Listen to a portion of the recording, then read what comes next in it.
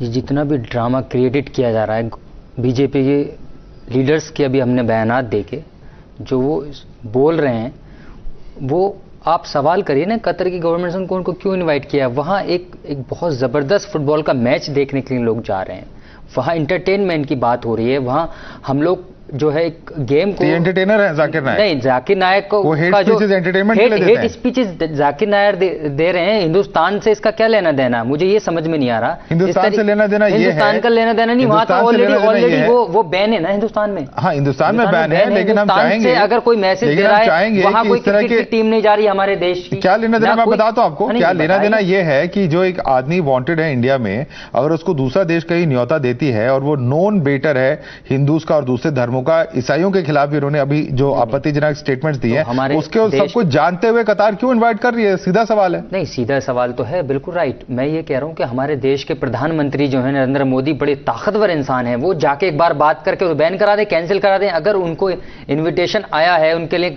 Carpet बिछाए जा रहे हैं, वेलकमिंग किया जा रहा है, तो हमारी गवर्नमेंट इतनी मजबूत है, बात करे और जो है उसको बैन करा दे कि हिंदुस्तान में वांटेड है। लेकिन इसको इशू यहां बनाने के लिए मत करिए। मुझे मालूम है राजनीति करने के लिए गुजरात के अंदर इलेक्शन, हिमाचल के अंदर से, वहां से ये हो जाएगा जाकिर नायक को ठीक है तरीके से कर दे। देखिए देश में शांति बनी हुई है, ओके, आपको लगता है राजनीति हो रही है, इसके अलावा भी प्लीज उसको आगे फॉरवर्ड होना पड़ेगा। जाकिर नायक की बात हो रही है सर, मंदिर मस्जिद की कोई बात नहीं हो रही। Let's quickly bring in RSN Singh. RSN Singh, यहां राजनीति हो रही है। Mr. Bilal Khan sees politics and he says that why does the government not take it up diplomatically? Your response to that, Arsen Singh? No, I hope this gentleman is aware that there are only two countries, Wahhabi countries in the world. One is Saudi Arabia and the other is Qatar. And Qatar is, you know, it's got 560 kilometers of coastline, and it shares its borders only with one country, that is Saudi Arabia, that is 60 kilometers, right? So now what has happened is that somehow there has been a change in posturing and approach towards Wahhabism as far as the Saudi leadership is concerned.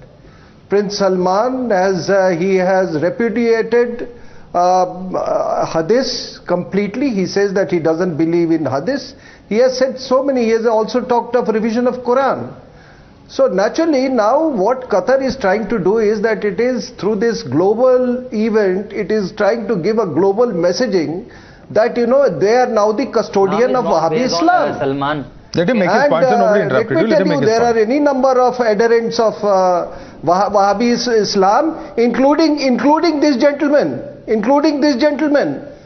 Deoband is also not very far from, you know, in their in theological in the theological percepts, they are not very different from Wahhabism. So I can understand the you know that where is the politics in this?